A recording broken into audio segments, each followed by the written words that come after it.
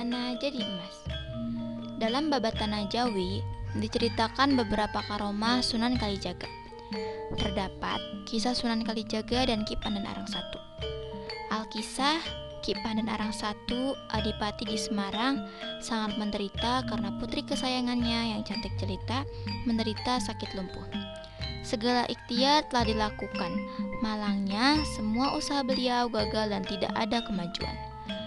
Putrinya tetap lumpuh, sehingga beliau mempunyai najar, barang siapa dapat menyembuhkan putrinya akan diambil sebagai menantu.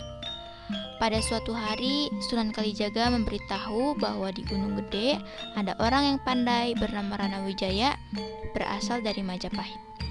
Atas permintaan Ki Pandan Arang I, Rana Wijaya datang ke Kadipaten. Dengan doa khusus, beliau mendoakan sang putri. Akhirnya sang putri dapat disembuhkan. Akhirnya Rana Wijaya pun diambil sebagai menantu. Pada saat Ki Pandan Arang I meninggal dunia, Rana Wijaya menggantikan dengan gelar Ki Pandan Arang II. Daerahnya maju pesat, rakyatnya makmur termaksud perkembangan agama Islam cukup memuaskan. Namun, kemakmuran dan keberhasilan dalam pemerintahannya membuat Ki Pandan Arang II lupa diri. Ia jadi congkak, sombong, dan kedekut. Ia selalu mengejar harta walaupun sudah melimpah ruah. Mengetahui keadaan semacam itu, Sunan Kalijaga datang menyamar sebagai penjual rumput. Dalam kesempatan tawar-menawar, disisipkan peringatan terhadap perilaku Ki Pandan Arang II yang telah menyimpang dari ajaran agama Islam. Berulang kali Sunan Kalijaga datang memperingatkan, namun tak dihiraukan. Akhirnya Sunan Kalijaga menunjukkan kesaktiannya. Setiap tanah yang dicangkulnya berubah menjadi sebongkah emas dan diberikan kepada Pandan Arang. Pandan Arang sangat heran terhadap kesaktian penjual rumput. Setelah diketahui bahwa penjual rumput itu adalah Sunan Kalijaga, maka ia pun bersujud dan bertaubat. Pandan Arang melepaskan kedudukannya sebagai adipati. Ia ingin berguru kepada Sunan Kalijaga.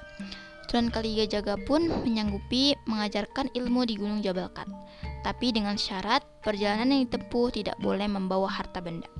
Setelah bulat tekadnya, Pandan Arang bersama istrinya meninggalkan Semarang menuju Gunung Jabal Kat.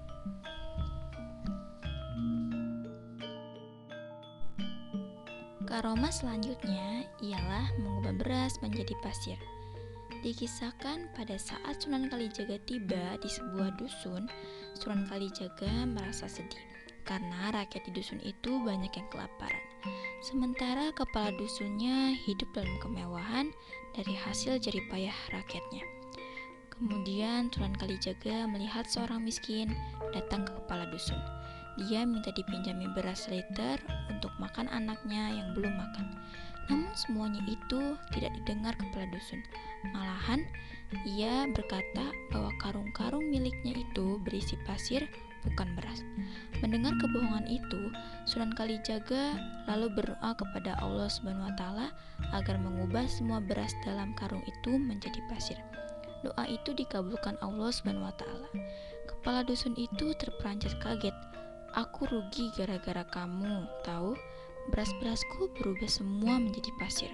Kata juragan, semua karung itu memang isinya pasir, bukan beras. Kepala dusun itu segera minta tolong kepada Sunan Kalijaga. Kanjeng Sunan, tolonglah saya, kembalikan beras-beras saya yang akan saya jual ini. Bukannya engkau tadi mengatakan isi karung ini memang pasir? Sunan Kalijaga menyindir kepala dusun yang kikir tersebut. Saya tadi hanya berbohong kepada orang miskin itu agar tidak meminjam beras yang saya miliki. Kepala dusun menyesal dan berjanji akan membagikan beras miliknya pada penduduk kampung.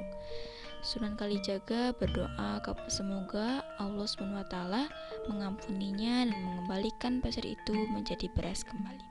Allah SWT mengabulkan doa Sunan Kalijaga. Maka pasir yang ada di dalam karung-karung itu kembali menjadi beras. Kemudian kepala dusun itu membagikan berasnya kepada penduduk kampung termasuk orang miskin tadi. Itulah beberapa karomah Sunan Kalijaga. Semoga kita dapat mempelajarinya dalam kisah karomah Sunan Kalijaga ini. Semoga bermanfaat ya. Bye bye.